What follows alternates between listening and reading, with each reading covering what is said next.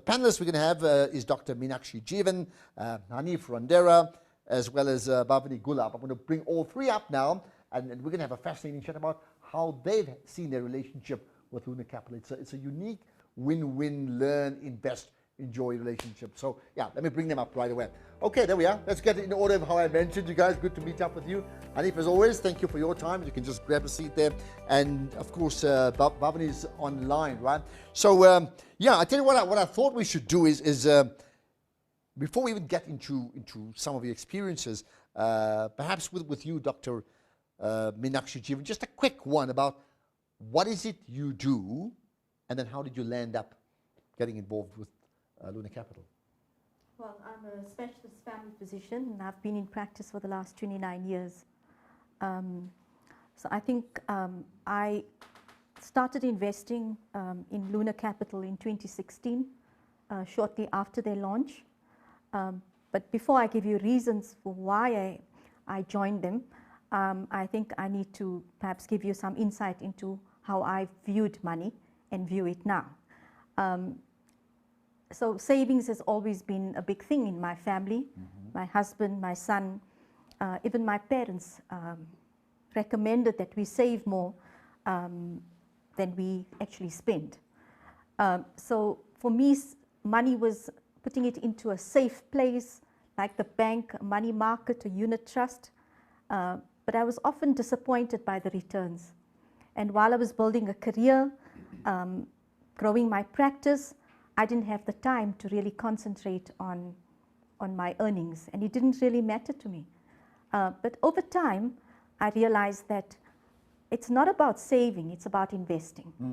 And so I actively decided... Because it's the safe place that you talk about. Yes.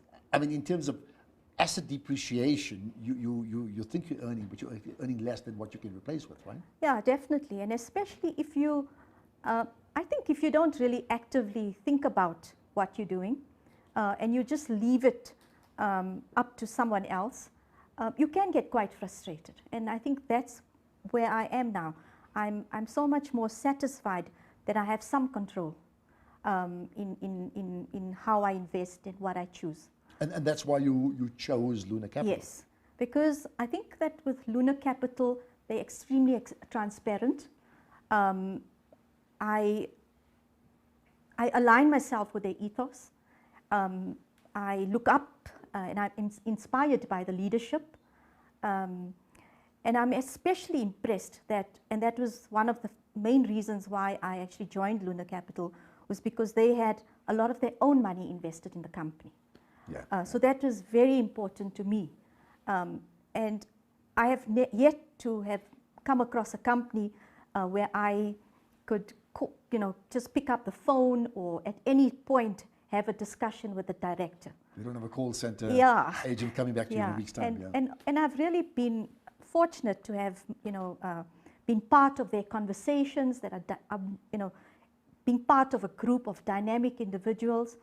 And for me also, investing, and I say me, I mean my family, is that we also wanted a greater offshore exposure. And Lunar Capital definitely delivers in that way. Okay, now I'm going to ask you about your family just now, but I want to bring in Hanif Randera as well, right? Hanif, so yeah, give me your story firstly. So Ashraf, thank you for the question. I was very fortunate. I came back to South Africa in '91, and my first job here was with Dimension Data. So there's two parts. That's when I met you, by the way. Exactly. So there's two parts to this question. I mean, we were very lucky in those days. They gave us share options. And as you know, Dimension Data was very, very successful, and the share prices just rose. Yeah. But at the same time, it made you complacent. Because you had share options, you didn't look at the bigger picture. Yeah. You didn't look at the investment marketplace. And there was almost a situation where you had investment amnesia almost. Okay. So as I got to my retirement stage, I started thinking about how am I going to increase my portfolio. And you read the book Who Moved My Cheese? Absolutely, or something along that line. Yeah. Okay. So and then I got to know Shabir as a friend, and also some of the other investment partners that he started with Highgain. And the story resonated with me. You know, when you trying to invest in a company like the big banks, you got a salesman coming to you and giving you the spiel, and all you're thinking about is they want your money. You don't have any relationship. There's no trust. You know, you don't have integrity about the company. And as Meenakshi said, you know, I was putting my money in the bank and I was getting some interest, and I thought that'd be fine. But as things happen, you know, interests drop and your money just dwindles. Inflation goes up. And often what happens is you don't have much. So I had to look at some other option as I got to my retirement age. I then got involved with Lunar, and I was very lucky. I got invited at a very early stage. Okay. Aside of being an investor and putting my own skin in the game, I'm also a director of Lunar Capital. And the story goes on from there. Well, we can talk about you being the director and what that really means, but also about just how it impacts on family as well. I want to bring in Bhavani Gulab, right, who, well, I mean, you're sort of been pitching specifically to talk to you because you come with a younger perspective, and I said it in a very, very complimentary way. But first up, maybe tell us what you do. Okay, thanks, Ashraf. So what I do is I work in the investment space. I've been in financial services for a couple of years. I studied finance, and I've been investing. I picked my first stock when I was 13, so a young investor. So a little bit different to Meenakshi and Hanif's stories. I started quite early, and I started with investing instead of saving, and that's really because I had the education on it. So my dad's a member of Highgain and Lunar, and I was exposed to investing from that early age. So that's really how I started my investing journey. But then joining Lunar, even though I feel like I have some knowledge on investments, I still felt there was a gap, and Lunar could give me that, Lunar Capital could give me that knowledge because I'm part of the Lunar Youth League, as well as the investments that Shabir went through. So the Lunar Capital Fund, I'm invested in that as well. So there's, you know, it doesn't matter what level of investor you see yourself as, you know, a novice or an expert, there's still opportunity to grow your knowledge. And that's, you know, why I chose to invest with Lunar. And I take it that although, I mean, because you yourself are in the investment space and notwithstanding that your dad is a director, it actually makes you even more critical, isn't it? You're not going to just willy-nilly, like, I'll do whatever you say. Yes, exactly. It gives me the expertise to interrogate the investment decision and not just take it, you know, at face value. And I think that ties into the point Meenakshi made where she said, you get direct access to the portfolio manager, right? You can phone up Shabir anytime and ask him any questions about your fund. And in the Lunar Youth League, we get that exposure, that access every 2 weeks. So it's exactly what you're saying. You have the opportunity to ask the question. Shabir gives you like stocks or shareholder tips, and so does your dad, and you bounce off each other, and you get your own as well? Or you pass it on to them too? The answer is no tips, but he gives us the tips on how to find our own stock. So how to analyze one, how to evaluate one. So the tips are improving our investment knowledge and making our own decisions, but no stock tips, unfortunately. Well, maybe that'll change. You never know. Shabir made the point about the Lunar Capital Youth League. We were talking about that earlier on. I mean, and I understand you've been a part of that. Share that experience with me. Yes. So I was part of the original 3 that Shabir mentioned, and then I also was part of the kind of pilot program that ran this year, the first part of the year. My experience has been really good. Like I said, I was investing beforehand, but I had a lot to learn, and that's what I did in the Lunar Youth League program. And I'd say the key concept I learned, or that kind of got reinforced for me, was the concept of time. So I want to, you know, kind of explain that a little bit more. So time, I see it as like 3 aspects. So the first part that I learned from Lunar Capital is investing your time in learning how to invest, right? So saying, I want to actively improve my investment knowledge by joining Lunar Youth League or asking questions, growing my knowledge.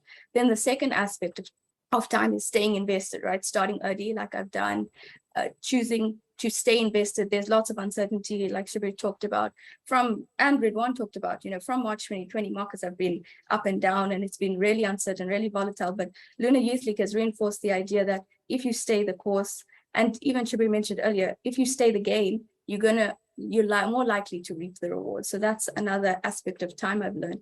And then the final aspect of time is really timing. And it's quite funny because Shabir gave the example of Woolworths being on sale. I would say Zara being on sale because I'm a millennial and I don't shop at Woolworths, but that the market being down, deciding to buy at that sale price. I mean, we do that every day, right? You'd rather buy some Apple AirPods at a low price than a high price. So why not buy some Apple stock at a low price rather than a high price? So it's really, changing that feeling that it's almost counterintuitive. You're saying, this is cheap, I want to buy it if it's a good, but if it's a stock, you say, oh, my money's going down, I'm worried.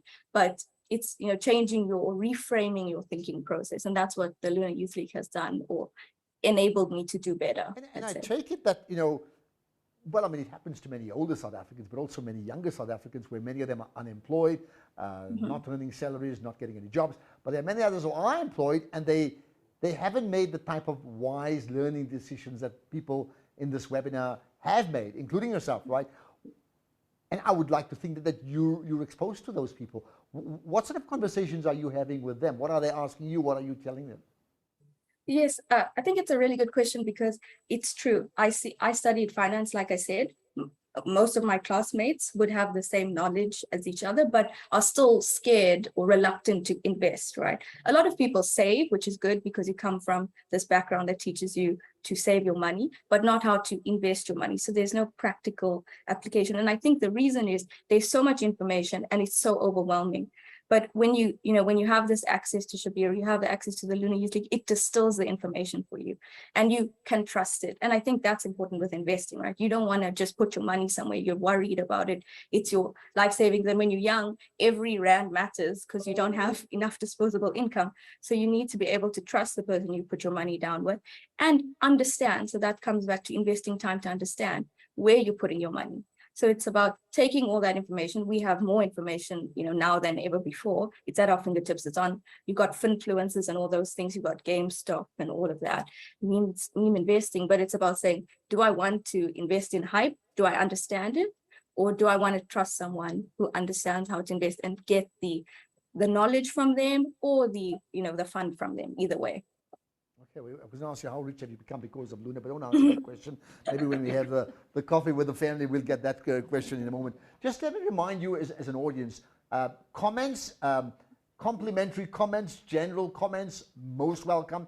Specific questions to Shabir in particular as the CEO of Lunar Capital are welcome, but also just in terms of questions to the panel, because you've learned, I think the panel has presented for you a human face, not just in terms of the people running the organization, but the people who have invested and therefore have derived maximum benefit. So if you wish to ask them questions, well, you're going to get a chance to do so. I suggest you just post that in the chat line right away. Moving on to back to you, Meenakshi.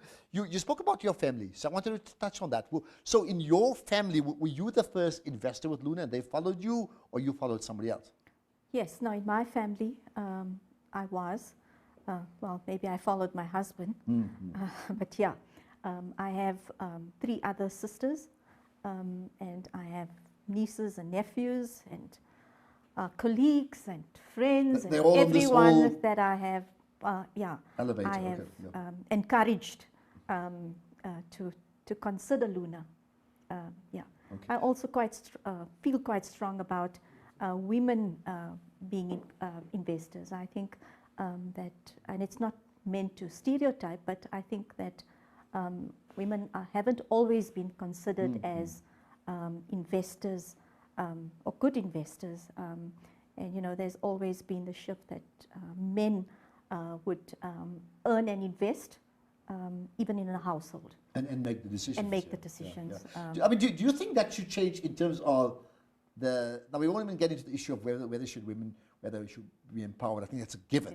Yeah. But the more important one is that still far too many women, besides those who are employed in the financial services sector, for whatever reason, that the jargon that is being spoken about there just doesn't suit them, and there's a mental switch up to say, you know what, this is not for me. Yeah. How do we change that? So I think it's not really that complicated. I think it has gotten better than maybe when I started working 30 years ago. I think women are in a better space now, like Bhavini and like so many other young women that I know. But I think that you just need to start early. You need to trust, and I think women are intuitive. We do our homework. we research things. And when we get into it, we tend to stay in it longer than men would. I think men are more impulsive. And I'd like not to think it's tongue-in-cheek, but that's just been my experience. Well, there you are. And therefore, I mean, maybe it's almost a repeat question, but it's not intended that way. Yeah. You know, advice then to other women in this space now, as for the webinar, but also males who are in this webinar, and their family members, whether it's wives or daughters or whatever, who are not in the space now. What advice would you give to them now? Because we all understand that there's a massive need to change the paradigm, isn't it? I think everyone should think as a breadwinner. So I read a book once, Think Like a Breadwinner by Jennifer Barrett, I think. I think roles shouldn't just be stereotyped, and I think everyone has a place to contribute, men and women equally. And so I would encourage anyone to encourage their kids, both boys and girls, to know that they can invest, they can earn, they should earn, and they should invest wisely. And perhaps have that conversation over supper, as opposed to many other things that we tend to have instead of this, right? Which brings you to you, Hanif, as we're going to wrap up pretty shortly now. You know, for all intents and purposes, you've had a successful career, yet you've also made the point that you've slipped up in terms of understanding the value of investing until a much later stage. So on reflection, if you spoke to Hanif the Lighty, what would you tell him? I certainly would learn a bit more and understand the landscape. But aside from that, I think I would take more risk, which I didn't, because I think I was in a comfort zone at the time. As I said to you earlier, in my retirement, I'm now taking a risk. Okay. But it's a qualified risk. Yeah. I know the people I'm dealing with. I think the people I'm dealing with got lots of integrity. There's immense knowledge in the people that are involved in Lunar Capital. I mean, there's like 50-year knowledge base. And as everybody has said, you've got access to all of them whenever you want to. Okay, so you can ask any question. As part of the Lunar Youth League, I was also involved. I was the grey-haired man. And again, you never stop learning. And if you keep learning, you got a better opportunity to invest or even, think about things in a better way. So for me, Lunar has been an eye-opener. The simple thing like a balance sheet, we talk about numbers matter. Every one of us basically have a balance sheet. We look at how much we got, how much we earn, what do we spend, is there any ready cash? Even if you don't have a balance sheet, exactly, you still have a balance sheet. Yeah. So even up there, you got it, yeah? So numbers do matter in that case. So for me, it's been a huge learning curve, and it still is a learning curve. And I think we're a 6-year company. We're still quite a young company. And if you look at the growth in the last year, that says something. For me, that's a success story. Well, hopefully even more will come. Which gets me, as we wrap up, then I'm going to ask you, in fact, I'm going to ask all three of the same thing. Bhavani, starting with you, perhaps just one line, right? And I'm going to get Shabir to make some notes here, right? What's the one piece of advice, as the company's 6 years, moving on to 7 and 10 and longer, what's the one piece of advice you'll give the company? Up your social media presence so that young investors can engage more. In fact, I'll give the same advice as well, and I probably told them that last year too. So that's one. What about yourself? I've also had exposure to the balance sheet, but what I also did get from Shabir was to consider looking at other financial aspects that impact my family. For example, estate planning, wills, our trust. So I would think that if it could be a one-stop shop, up to now it's been an informal advisory service.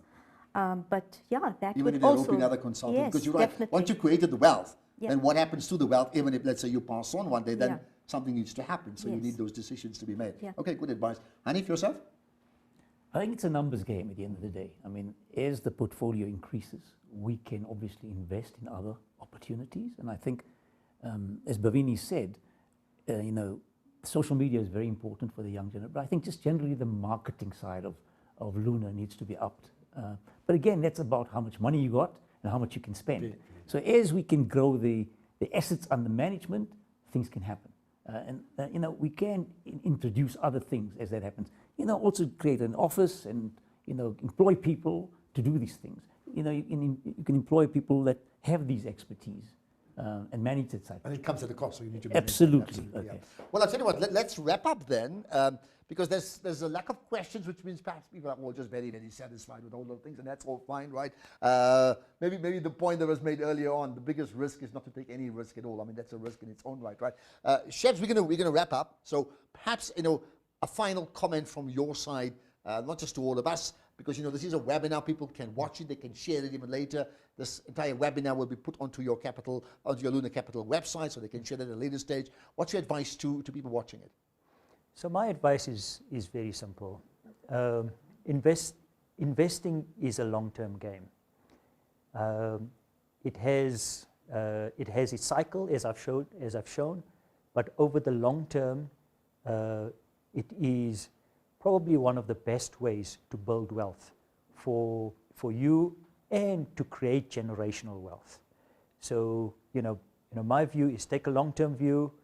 You know, I'm passionate about learning. I think what I would like to say is, firstly, thanks, you know, to Bhavini, Meenakshi, and Hanif, you know, for the, you know, firstly, you know, for sharing their stories, but also, you know, pointing me in a direction that, you know, where we can take things. What I can also say is that, you know, my engagement, for example, with the Youth League, and certainly, you know, with our clients and my fellow directors as well, I learn from them too, okay?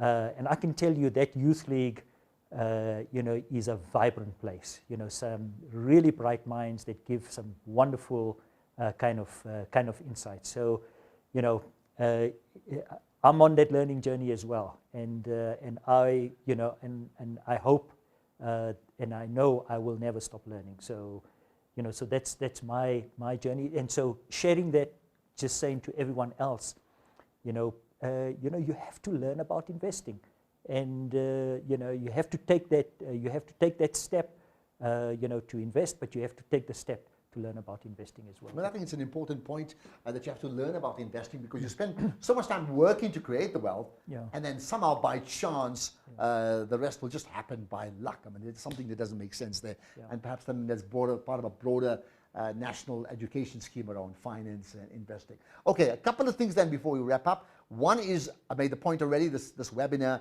is recorded, so share that with everybody else. You'll find it on the Lunar Capital website. There's also going to be shorter sound bites of like really punchy lines that you can share, and please do that. Then the point made about social media. So here's a challenge to you. I think the point is well made, that more younger people need to be drawn into the space. So what about you? And I think even the older people, in fact, have some sort of a social media presence, right? So whatever presence you have, be it LinkedIn, be it Instagram, be it Facebook, be it Twitter, but also be it TikTok as well, one of the fastest growing channels in the world, by the way. Use that hashtag Lunar Capital and just say something like, I was here. Can you do that? I promise you, if you do that, I'm going to look for that hashtag, okay? Just Lunar Capital and something like, I was here. And then perhaps feel free to add further comments on any of those spaces that you have. Before we wrap up, just one thing that I want to just add in terms of where I sit in, right? So Champion South Africa, project that I drive, a movement with just one goal, to build South Africa into a champion nation. I'm not going to talk about that, but I'll leave you with this, because this is a growth, but a challenge to all of you, okay? And it's not just about money, right? Many people watching us are super talented, great skills, great drive. The biggest problem we have in our country, right? And I certainly want South Africa to become a champion nation. I hope you want to do the same thing. The greatest challenge for us in the country is we somehow don't link our personal skills to national skills. So what am I saying? I'm saying to you that you have purpose, you have personal purpose, whatever that personal purpose is. Now, what is our national purpose? I promise you, if you put out a poll on all social media platforms, what is South Africa's national purpose today? I think you're going to battle to get an answer. You will battle. But think about it as a starting point. What is your purpose? And then try and ensure that your personal purpose can be linked to the national purpose. Even if we don't have it now, at some stage it will evolve into a national purpose. When you make that link between your personal purpose to national purpose, you're basically saying, in simple terms, my success is South Africa's success, and South Africa's success is my success. And it's that link that will ensure growth for you as an individual and growth for you as a country. And a good example of that really is what Lunar Capital is all about. So as we wrap up, and you hopefully pick up all these rich nuggets from I think a wonderful session that we've just had. We've all been speaking from the very beginning about numbers, why numbers matter. So here's probably the most important one of the whole lot, okay? Lunar Capital. Do they have your number? You think about it. Good night.